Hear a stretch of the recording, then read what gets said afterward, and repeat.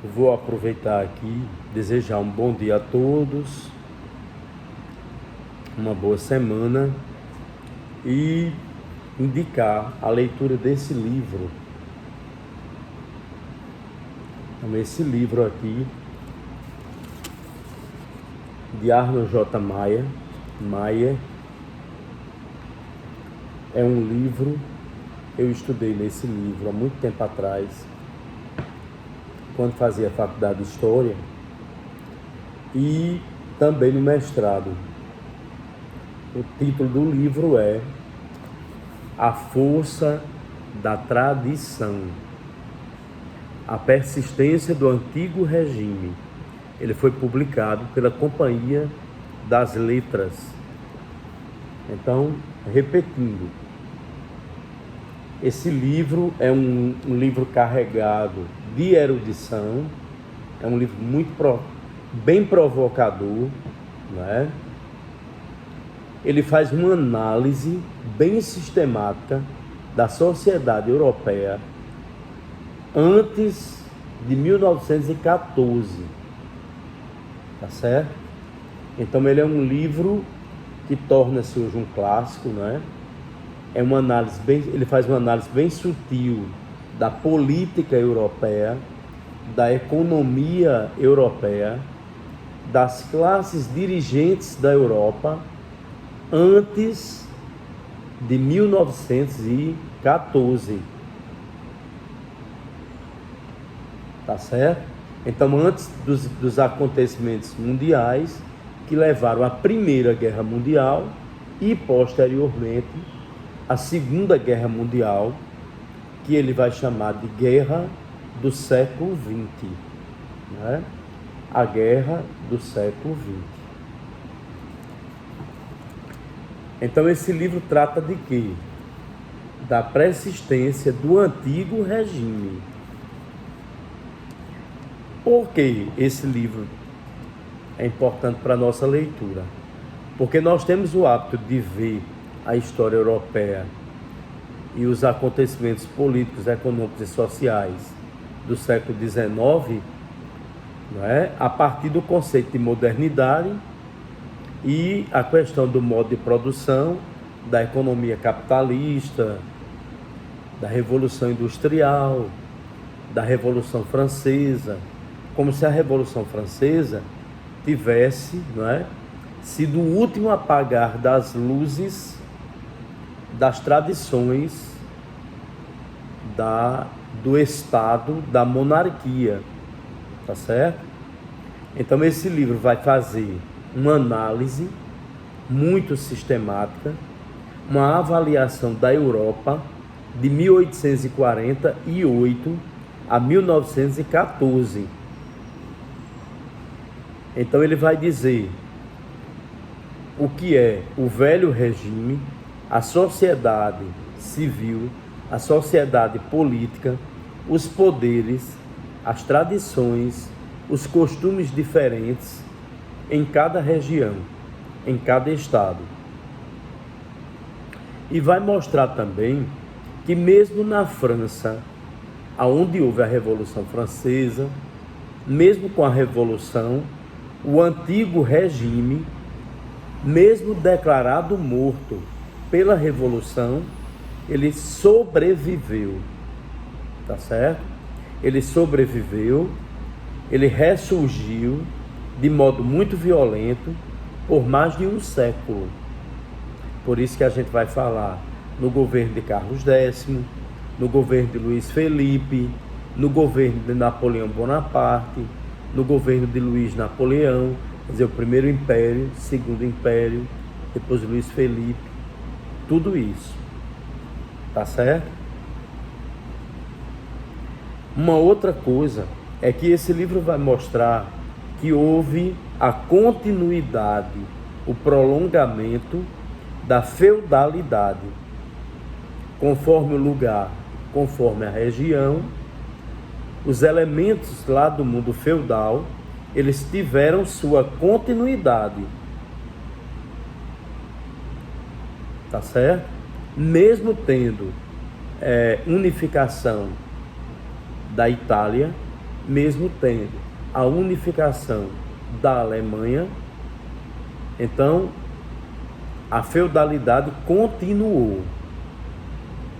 Uma outra coisa é que ele vai mostrar que a terra continuou a ser, não é, o veículo condutor desta política, e isso fica muito claro até 1914, que a riqueza das classes dirigentes, elas vinham da terra. Então nós temos aqui o exemplo da Rússia, da Áustria-Hungria e da Alemanha, que persistiram como monarquias absolutas até 1900 e até esse período, não é? Que a gente está colocando aqui na questão da discussão. Uma outra coisa que o livro vai mostrar é que as burguesias, elas, com o avanço do capitalismo, do sistema burguês, do sistema capitalista, elas se inclinam à velha ordem, se inclinam às aristocracias. Muito claro, esse acontecimento lá na Itália, não é? É só assistir o filme, é só ler o livro O Leopardo, é só assistir o filme O Leopardo, é só acompanhar de perto, não é? A questão da Alemanha e da Áustria-Hungria. Então, uma outra coisa que ele vai colocar é que o século XX, eu tenho uma grande guerra. A grande guerra do século XX, ela acontece de 1914 a 18 e de 1939 a 45. Para o autor Maier, é a grande guerra do século XX. A caída de todos esses tronos vai acontecer exatamente nesse período, não é? E os acontecimentos que levam a guerra de 39 a 45 estão todos ainda interligados à guerra de 14 a 18. Então vejam que, mesmo com o avanço da democracia, do liberalismo, mesmo com o avanço da democracia, do liberalismo, do capitalismo, essas forças de tradições, tá certo? Elas perderam seu espaço, mas elas ainda continuam, tá certo? Elas ainda continuam na Inglaterra, elas ainda continuam, não é? Em países onde as monarquias ainda existem. Então vejam bem, se você quiser perceber que mesmo com as modificações, mesmo com as transformações, mesmo com o avanço do Estado socialista, da social-democracia, do liberalismo, mesmo assim, nós encontramos ainda eventos que pertencem e que saem desse antigo regime e das tradições ligadas ao antigo regime. Daí a importância do livro. A leitura desse livro ainda é importante para a gente ver, não é, os acontecimentos ligados a todas as monarquias europeias, tá certo? E ao próprio comportamento das pessoas ainda no século XXI. Nós ainda temos elementos que devem ser bem observados, tá certo? De como essas casas reais de como essas monarquias elas se comportam, mesmo dentro do sistema capitalista, mesmo dentro das democracias, mesmo dentro de todas essas transformações. Não é à toa que o funeral da rainha da Inglaterra, tá certo? Torna-se um acontecimento, não é? De uma repercussão nacional e internacional. Isso é, o funeral de uma monarca da Inglaterra. Então, o seu funeral vem mostrar esse poder simbólico, não é? Essa imagem dentro das forças das tradições que a monarca e que a monarquia tem ainda hoje, mesmo no século XXI, não é? Toda a pompa, todos esses cenários que foram mostrados, não é? A condução do caixão da monarca, envolvendo 3.000 militares, tá certo? Envolvendo esse evento fúnebre que ocorreu dentro de Londres. Então, tudo isso mostra ainda que mesmo em uma Inglaterra, onde a gente tem um primeiro-ministro, todas as famílias reais europeias, todos os líderes estrangeiros, eles estavam ali com representações, não é? Da França, de Israel.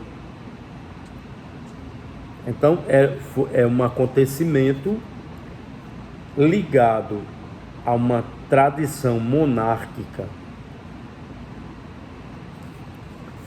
Outro acontecimento que vem mostrar ainda a questão, não é?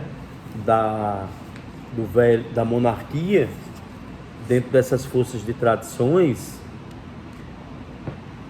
é também a própria coroação do herdeiro do trono britânico, que é Charles, não é? o atual rei. Toda a coroação de um rei que com 74 anos ele faz com que todo o mundo assista, não é? Fique voltado ao longo de quase 15 dias para todos esses acontecimentos que envolvem todo esse protocolo para a coroação do monarca britânico, não é? Então vejam que a própria coroação, tá certo? É uma coroação que mostra o poder simbólico, o poder tradicional, e que essas dinastias, elas ainda continuam a perpetuar o seu poder simbólico, tá certo? Apoiadas pelas populações, e é um acontecimento aonde as outras casas reais, a realeza europeia, ela está ali presente naquela congratulação, naquele acontecimento. Então não podemos deixar, não é, de considerar esse cerimonial para a coroação, esse evento que não tornou-se apenas um evento inglês, mas um evento que tem o espírito de acontecimento mundial. Não é todo dia que acontece a coroação de um rei ou de uma rainha da Inglaterra. Então uma outra observação sobre a força dessas tradições é a Romênia. A Romênia, mesmo sendo republicana, ela fez uma homenagem de Estado ao seu último rei, Miguel I.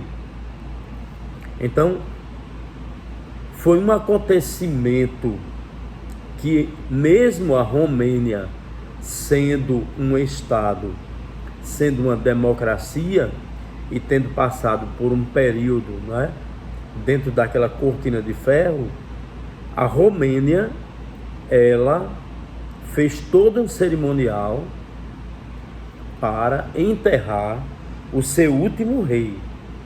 Isso é um acontecimento tão importante dentro da força dessas tradições para essas famílias que, sem trono ou com trono, elas continuam sendo famílias importantes, que no caso do funeral do rei da Romênia, estavam lá o príncipe da Inglaterra, que hoje é o rei Charles, não é?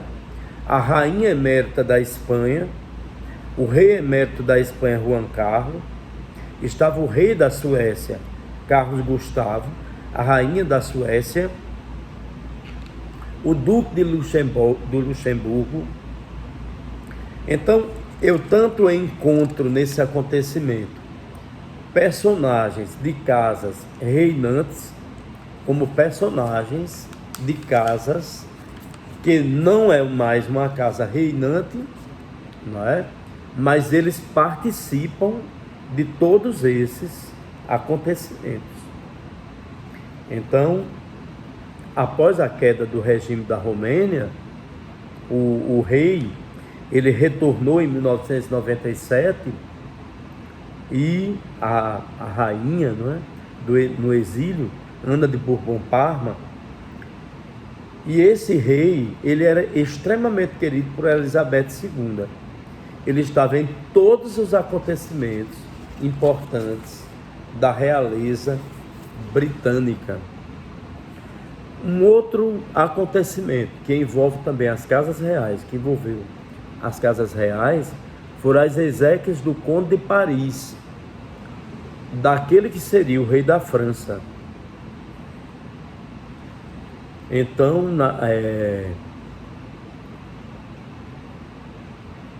o Conde de Paris, seu nome era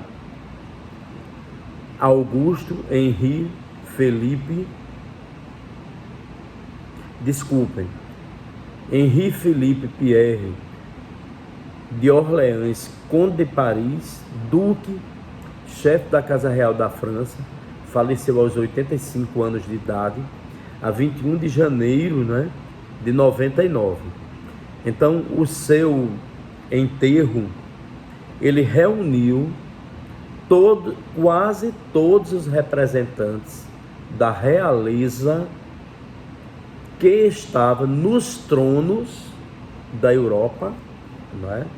Eles foram enterrar aquele que seria o rei da França no mausoléu da Casa de Orleans. Então nós encontramos lá, tá certo? Os representantes da realeza europeia,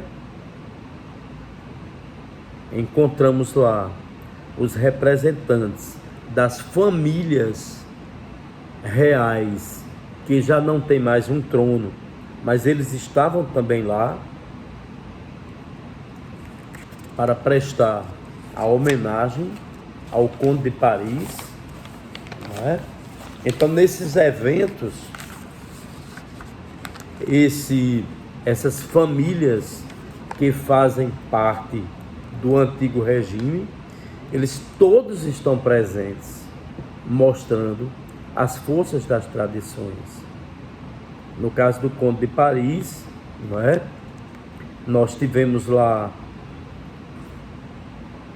representantes da Bélgica, representantes do Luxemburgo, representantes da Casa Real da Espanha, a rainha Dona Sofia de Espanha, o grão-duque George, herdeiro da Rússia, o chefe da Casa Real de Parma, o príncipe Leca da Albânia, a imperatriz no exílio Farha Parlev do Irã, os príncipes do Marrocos, príncipes de Bourbon, da Saboia, da Itália, princesas e príncipes do Luxemburgo, da Bélgica. Então vejam que esses acontecimentos, eles servem para mostrar ainda o entrosamento dessas famílias que pertencem ao antigo regime. Outro acontecimento também importante, que foi o funeral do rei Constantino da Grécia. O funeral do rei Constantino da Grécia, ele reuniu